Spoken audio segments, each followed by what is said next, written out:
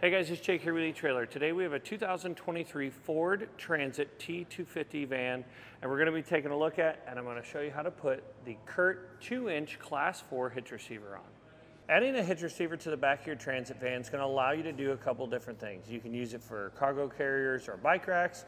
A lot of people will do that if they are using this as a camper van.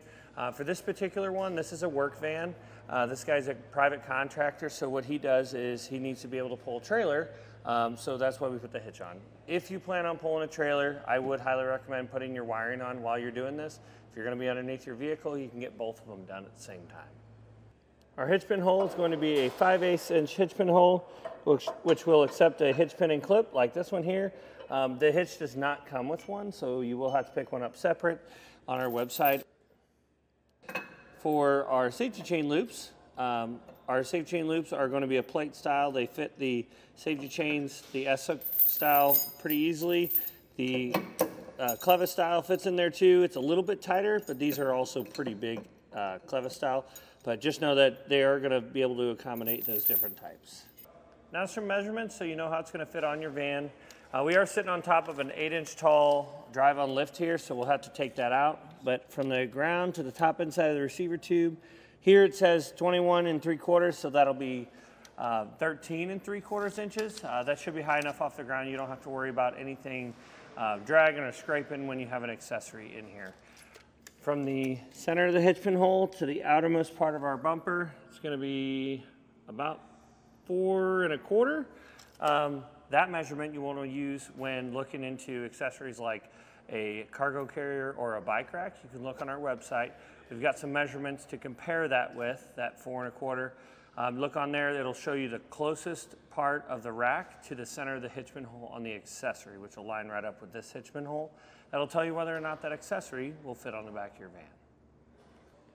Now when it comes to the weight capacities of this particular hitch, you're going to have a max tongue weight capacity of 800 pounds and a max gross trailer weight capacity of 8,000 pounds. That is the trailer plus the load included.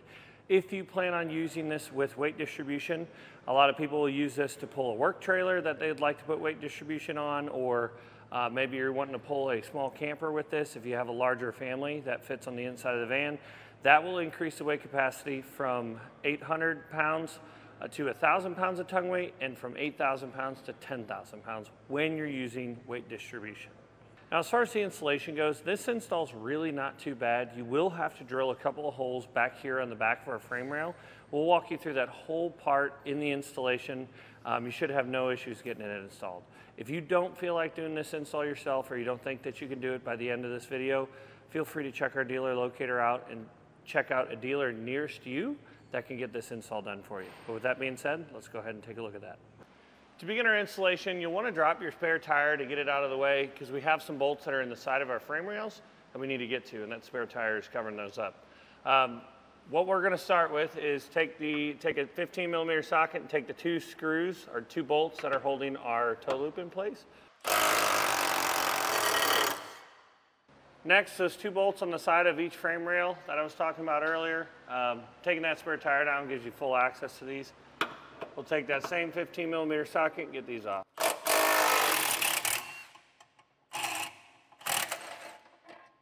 Now back here towards the end of our frame on our driver's side, there's going to be a small hole. It's like a 1/16 inch hole. We're going to take a drill bit, step it up to all the way up to 9/16 of an inch so we can drop a piece of hardware down through it.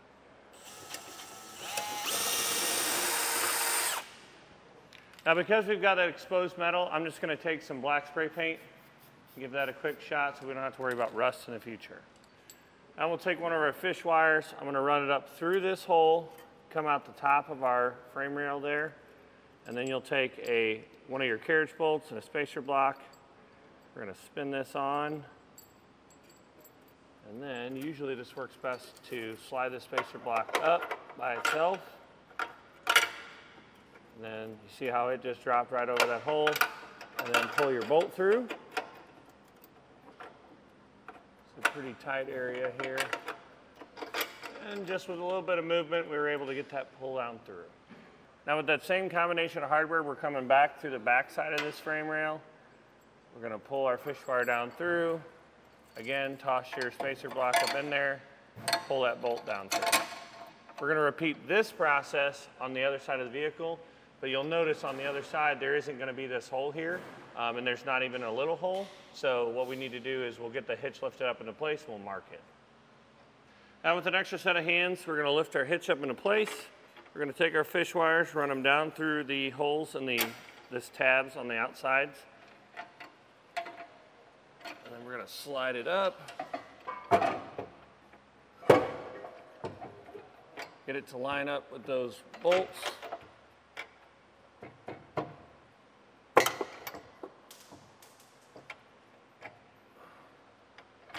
Now what we're going to do is we're going to get these back holes to line up. Just slide our bolts in, get them started. These are the factory bolts we took out.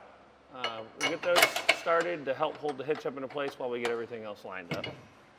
Now sometimes with these hitches, these frames aren't perfect or the hitch isn't perfect, so, and it is a tight fit. We'll just have to tap it up, past our frame rail, and get it lined up with those two back holes. So we've got our hitch held up in place by those 4 bolts that we took out of the frame rail earlier. What we've discovered, and I've ran into this before, again, with the imperfections in the hitch and the imperfections in the vehicle, sometimes this hole does not line up perfectly. So what we need to do is we're just going to take that same 9/16 drill bit and drill that out so we can get that bolt to drop through. I did push it back up through. We'll get it to pull back down after we get the hole lined up.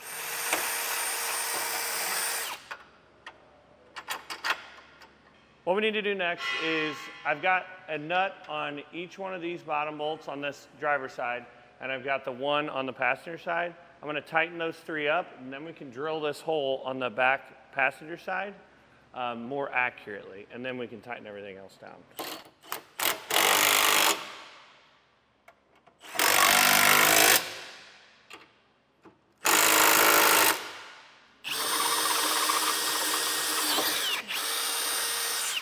I will take that same combination of hardware and run it through on this side through that hole.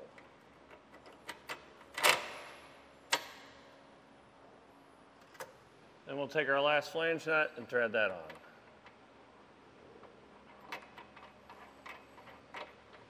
And we'll come back and torque all of our hardware to that and the specifications and the instructions.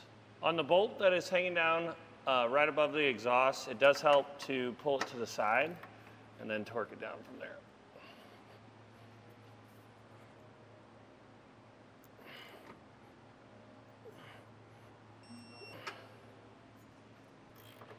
Don't forget to retorque the factory bolts that we removed earlier.